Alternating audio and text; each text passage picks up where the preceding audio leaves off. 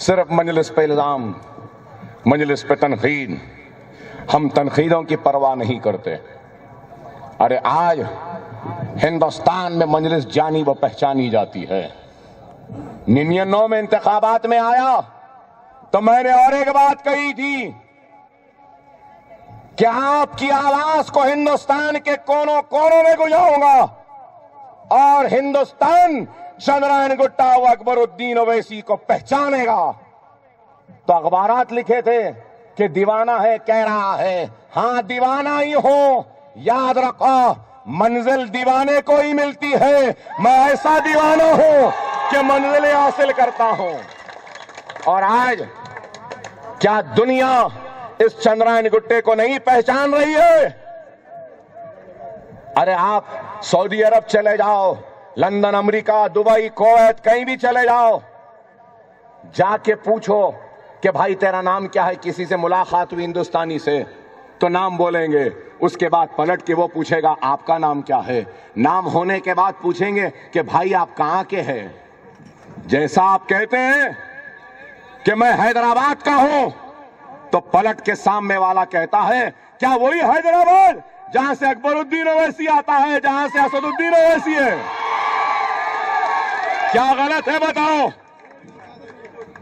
ارے میں مدینے میں حرم شریف میں باب جبریل کے پاس بیٹھتا ہوں جب بھی عمرے کو جاتا ہوں رمضان میں، وہاں بیٹھا تھا، وہاں جب بیٹھا وہاں گیا تو ایک آدمی روتا ہوا میرے پاس آ گیا، کہا کہ اکبر صاحب مجھے معلوم ہوا آپ یہاں بیٹھتے ہیں، مجھے معلوم ہوا کہ رمضان میں آپ آتے ہیں، تو میں 3 دن سے آ رہا ہوں اور آپ سے ملنے کے لیے۔ رونے لگا اور کہنے لگا کہ اکبر بھائی میں ہندوستان کا نہیں پاکستان کا ہوں، بس آپ سے مصافحہ کرنا تھا، آپ سے ملنا تھا۔ ہم کو یہ دیکھ کر، یہ سن کر حیرت ہوئی کہ ہندوستان میں بھی آپ جیسا بولنے والا ہے۔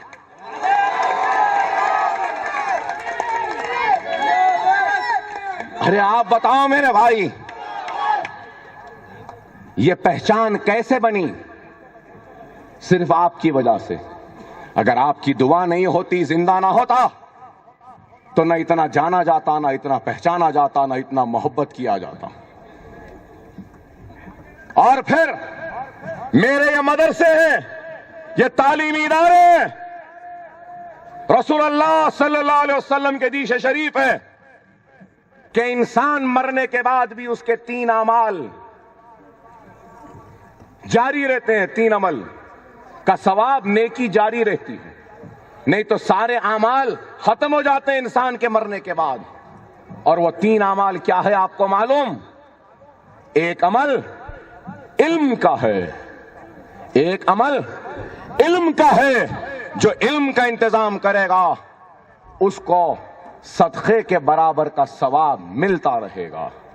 دوسرا وہ عمل جو ہرا پودا لگائیں گے تو اس ہرے پودے سے جو چھاؤں آئے گی وہ صدقے کے برابر کا ثواب، ہوا آئے گی وہ صدقے کے برابر کا ثواب، پھل اگر آئیں گے تو وہ پھل بھی صدقے کے برابر کا ثواب۔ تیسرا وہ عمل کہ اگر کسی کی نیک اولاد ہوگی تو اس نیک اولاد کی دعا ماں باپ کے لیے صدقے کے برابر کا ثواب ملے گا۔ میرے چندرائن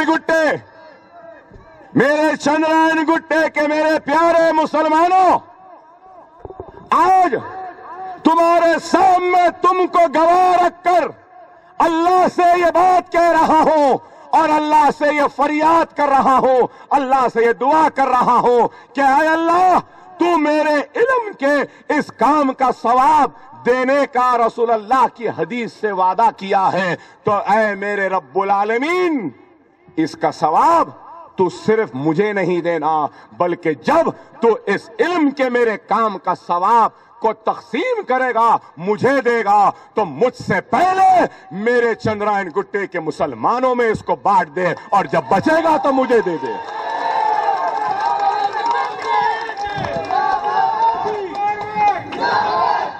کیونکہ اگر یہ مسلمانوں کا ووٹ نہ ملتا، اتحاد نہ ملتا، تو شاید یہ مدرسے نہ بنتے۔ تو مجھ سے پہلے اگر اس ثواب کے کوئی حقدار ہیں تو اے مولا میرے چندرائن گٹے کے یہ غریب مسلمان ہیں.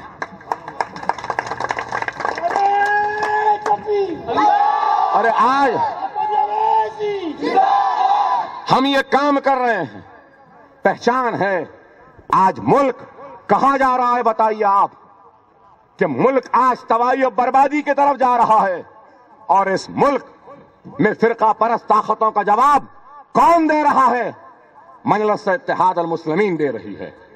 اور کون دے رہا ہے؟ ابھی مالک نے صحیح کہا, مالیگاؤں سے آئے ہمارے کینڈیڈیٹ نے صحیح کہا کہ ہندوستان سکتے میں تھا, سناٹے میں تھا, یعقوب میمن کی پھانسی پر, لیکن حیدرآباد کا وہ مرد مجاہد, وہ بے باک ہمارا صدر, آپ کی جماعت کا صدر, آپ کا خادم, آپ کا رکن پارلیمنٹ تھا, جس نے اٹھ کر سب سے پہلے یعقوب میمن کی پھانسی پر لبکشائی کی. کیا کسی اور نے کیا؟ آپ بتائیے. دادری میں جب قتل ہوا, مار دیا گیا اخلاق کو, تو سب سے پہلے دادری پہنچنے والے کا نام کیا تھا؟ بیرسٹر اسد الدین اویسی تھے. کیا نہیں گئے؟ آسام میں بوڈو نے حملہ کیا تو آسام کو کون گئے؟ مجلس گئی. گجرات میں فساد ہوئے تو کون گئے؟ مجلس گئی. ارے مجلس کہاں کہاں نہیں گئی؟ پھر پوچھتے ہیں مجلس کیا کری؟ ارے تمہارے پاس تو فرصت نہیں ہے تمہارے آقاؤں کے تلووں کو چاٹنے سے, تو تم کہاں جائیں گے؟ میرے حبیب کے امت کے مصیبت کے وقت تم نہیں جائیں گے, لیکن ہم جاتے ہیں. اور ہم جاتے ہیں تو ہم پر الزام, یہ بی جے پی کے ایجنٹ ہے, تقسیم کرنے جا رہے ہیں, ایسا کرنے جا رہے ہیں. ارے ہم کسی کے ایجنٹ نہیں ہیں, ہم تو صرف محمد مصطفیٰ صلی اللہ علیہ وسلم کے غلاموں کے غلاموں کے غلاموں کے غلاموں کے غلاموں کے غلام ہیں.